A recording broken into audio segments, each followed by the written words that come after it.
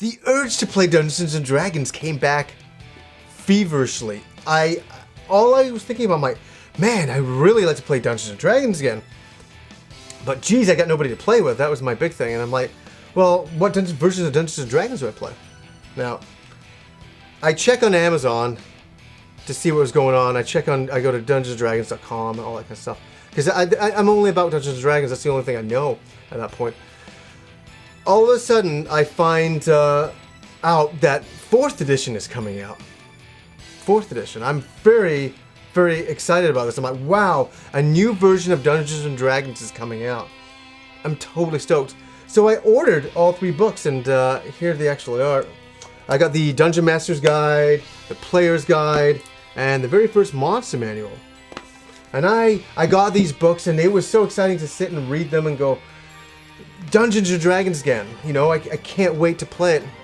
And I didn't know there was a lot of controversy going on with the 4th edition, or what would happen after 4th edition got released. I was pretty innocent to it, because for me, I'm just getting the latest version of Dungeons and Dragons. I think that's it. You know, that's good.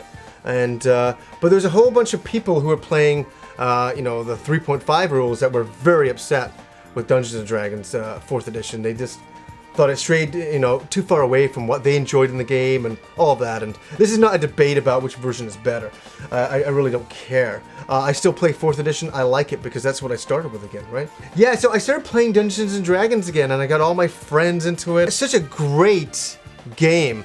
And why it's such a great game, especially when you get older, is it's the only game where I found in my life, my friends may be a little different than yours, but it's the only game that I can get everybody around a table. All my friends over to my place, sitting around a table, talking to each other like that. That's not a bar. And it's hilarious, honestly. People have such a stigma about Dungeons and Dragons that it's like such a nerdy game, like, roll the dice, you lose, the game is over. It's not like that, especially depends on, it's all about the DM you have and the friends you invite. It's whatever game you want it to be. And me and my friends, we kill ourselves laughing, man. It's like, one day I'll do, maybe I'll do an episode on one of my Dungeons and Dragons games, because I have the most entertaining characters that play the game. I have one of my friends that I've known my entire life since I was 14 years old, and he comes over, and he always comes over with a 6-pack of beer. He always comes over with a 6-pack of beer, and at the end of the game, he has finished his 6-pack of beer, and he's kind of tipsy, and it's quite funny. He gets crazy in the game, absolutely crazy. But anyway, those are stories from other times. His character's called Swagger, and in the future I'll talk about his character. It's nuts, honestly. But yeah, I've really enjoyed the game over the years. And there's another thing I wanted to mention is that my first experience seeing Dungeons and Dragons wasn't Dungeons and Dragons. I worked at a comic book store in 1987. I almost forgot about this. The owner of the store and all of his friends would, on a Friday night, play in the back of the store.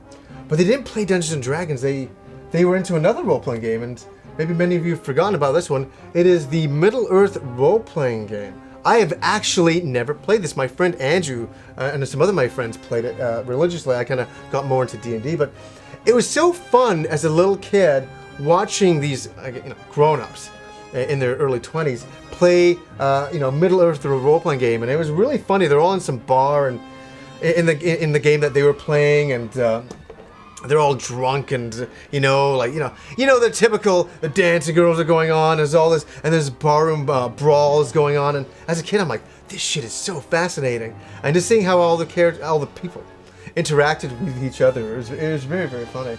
I discovered other role-playing games like Tales Lantia. That's a really old-school game. I found this when I was in Hawaii in 87. I was like, oh, what the heck is this? It's a very simplistic game, but very, very cool nonetheless. And my friends, Rob's brother back then, and our friends were playing this as well, the Warhammer Fantasy role-playing game. Yeah, we were interested in that. It's a little bit darker aspect to it, and that was a very cool game to play. But it's so funny how I kind of got back into Dungeons & Dragons after all those years. For me, my Dungeons & Dragons was kind of first edition.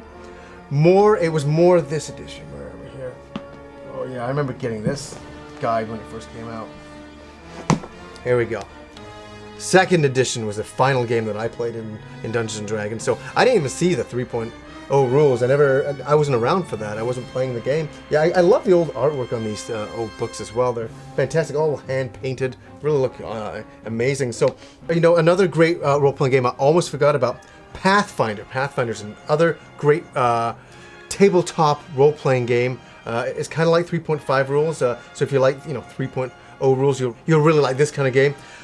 This is a great game. Look at the first book. It's fantastically huge. Great artwork in it. What if you're just kind of getting into Dungeons and Dragons or a tabletop game? What do you do? Where do you start? And that's the big thing. Where do you start with these games? Both companies, Paizo has Pathfinder, the beginner box.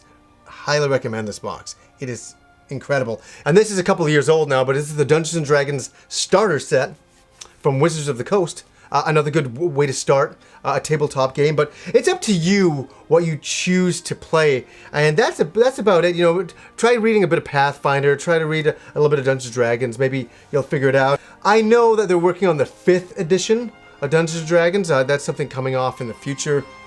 They're taking a lot of input from the fans to try to get this one a little bit more on track than 4th edition, because 4th edition created a stir that was unbelievable. But me and my friends still play 4th edition, and we like it, and I think we'll move on to 5th edition after that, because for me, I started with Dungeons and Dragons. That's a game I started with, so it's kind of like the one I'm most familiar with. I feel most comfortable with. But Pathfinder is highly recommended. It's an excellent book.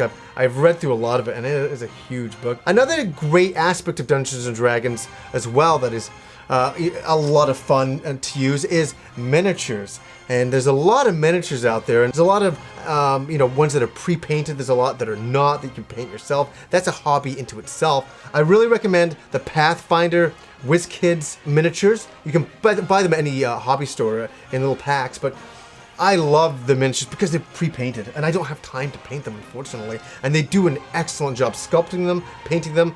Those are the best miniatures on the market. In my mind, right now, if you don't want to paint, they're the best by far. So if you're looking for miniatures, look to Paizo. For my first Dungeons and Dragons episode, this is it, and I've had so much fun with my friends over the years playing this game. It's provided us so much entertainment. Honestly, for the price of a couple of books, you'll be playing this game for years to come. It's as geeky as you want it to be. It's not as geeky as you want it to be. It's any game that you choose it to be. You can role play it, you can really act the character, or you do not have to do that.